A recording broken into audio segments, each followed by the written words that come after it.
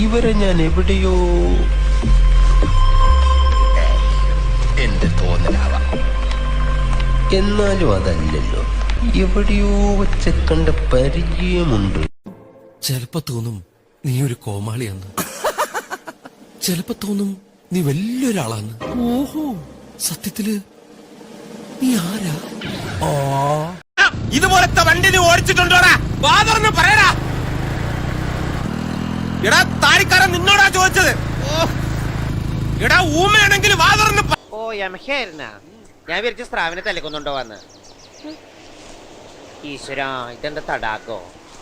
Shoe, ആര് കണ്ടില്ല. ഓ, അപ്പില് ചവിട്ടിയ പോലെയായി. പ്രിയ സഖി ഗംഗേ പയറു പറയൂ. വസോട്ടാ, വല തുന്നുമ്പോ മീൻ ചാടിപ്പോൻ തൊള്ളയിടണേ. നീ പോടിയോട് ഓടി തന്റെ അപ്പനാ.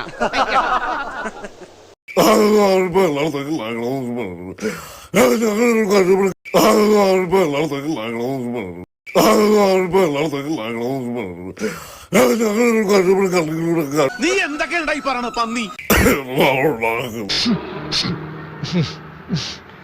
കൊച്ചി എത്തി. വണ്ടി കിട്ടോ? G sir.